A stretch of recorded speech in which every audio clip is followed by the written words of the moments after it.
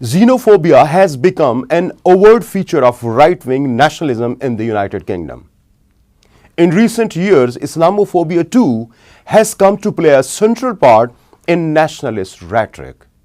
The debate that surrounded Brexit revealed that these twin hatreds have also become prominent props in mainstream political discourse.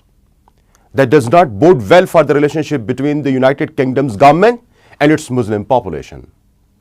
Far-right and fascist organizations in the UK step up Islamophobic and anti-European Union activities in the wake of terror attacks in Paris and Brussels, as well as attempting to take advantage of a possible British withdrawal from Europe in the June 2016 referendum. The ideology of the British right-wing political groups is pretty much the same: British nationalism, Euroscepticism, anti-immigration, and anti-Islam. The tactics to get their ideal state are also the same. They're contesting various elections in order to be able to influence the political picture of the country, and with an occasional march or a rally that they are trying to get their messages heard without much violence. However, there are more extreme right-wing groups present and functioning in Britain that seem to have no interest in contesting the elections but are guided by extreme violence and hatred.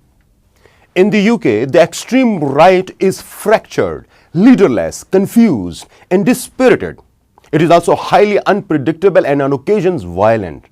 Rather than one party or group such as British National Party or the English Defence League dominating the stage, a couple of dozen smaller groups contend for attention. The groups favor so-called direct action such as picketing mosques, invading halal slaughterhouses, and harassing staff at Muslim-owned restaurants. On the other hand, Islam and Muslims are no longer welcome in Europe. The decision by the European Court of Justice to allow employees to ban staff from wearing the headscarf seems certain to only further marginalize and push Muslim women out of public life.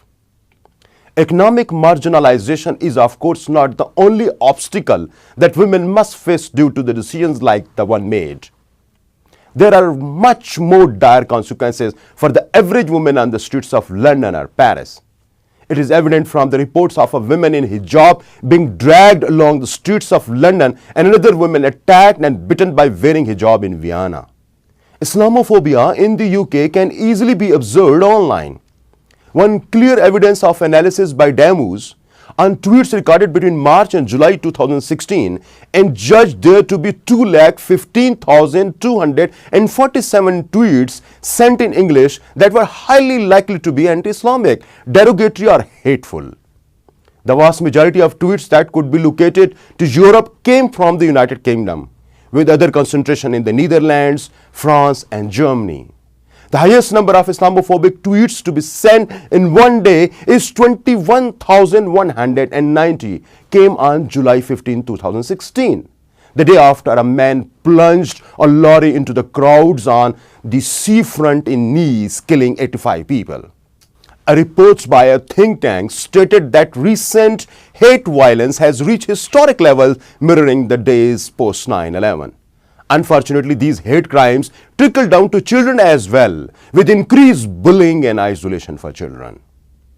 Some of the organizations in the UK fueling Islamophobia are British National Party. This was founded in 1982. From its manifesto and policies, BNP is a British nationalist, anti-immigration, anti-Islam, Eurosceptic party.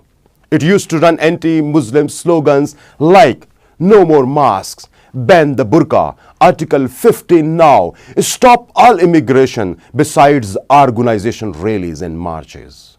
Under one of its first successful political campaigns shortly after 9/11, entitled "Islam Out of Britain," the BNP declared its clearest objectives, where it sought to expose the threat Islam and Muslim pose to Britain and the British society in a widely distributed leaflet titled "The Truth About Islam." It used highly inflammatory reasons for justifying hating Muslims, suggesting that to find out what Islam really stands for, all you have to do is to look at a copy of the Quran, and see for yourself, Islam really does stand for intolerance, slaughter, looting, arson, and molestation of women. Britain first. It was founded in 2011 by Jim Dawson. Its current chairman is Paul Golding, who was banned from entering mosques in England and Wales for the period of 3 years as being a hate monger. Britain's first policy included the introduction of a complete ban on Islam, prohibiting the media from using the word racism and praying Muslims of foreign descent to leave the country permanently. The tactics it uses to harass Muslims include Christians patrol outside London mosques, invasion of mosques in Bradford, Glasgow, Luton and East London, and staging protest rallies masked in Muslims its declared target of hate. Since being banned from entering mosques, its members have invaded a number of restaurants that use halal meat and posted films of incidents on the party's website. English Defence League. This is a far-right protest group established in 2009 and is a part of the counter-jihad movement. It aims at promoting anti-Islam and anti-Sharia ideology in the UK and openly declared its goal to stop spreading of Islam into the UK. Although it claims only to oppose Islamic extremism, it targets the entire Muslim community, and its actions deliberately seek to whip up tensions and violence between Muslims and non-Muslim communities. Hawkish Henry Jackson Society. It was founded in 2005 at Peterhouse College, Cambridge, and moving to London a few years later. It is perhaps best known for the views of Douglas Murray, its associate director, who has made a string of anti-Muslim comments over the years, including famously that conditions for Muslims would need to be made harder across the board in coming years.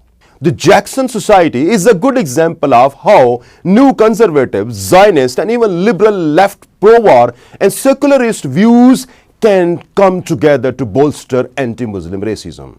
UK Independent Party was formed in 1993 by members of Anti-Federalist League. In 2007, UK IP's Gerard Batten accepted a petition from Anders Gravers protesting a ban on the Brussels demonstration by Stop Islamization of Europe. UK IP wants to pass a law against the wearing of face veils, ignoring that only a tiny majority of British Muslim women wear veils. UK IP members also wants to explicitly ban what they call Sharia, which they have failed to define, unfortunately. Nevertheless, the party claims Sharia undermines women's rights in the UK. Liberty Great Britain. It is a far-right political party registered in 2013 by Paul Wesson, an ex-UK IP member, and George Vale.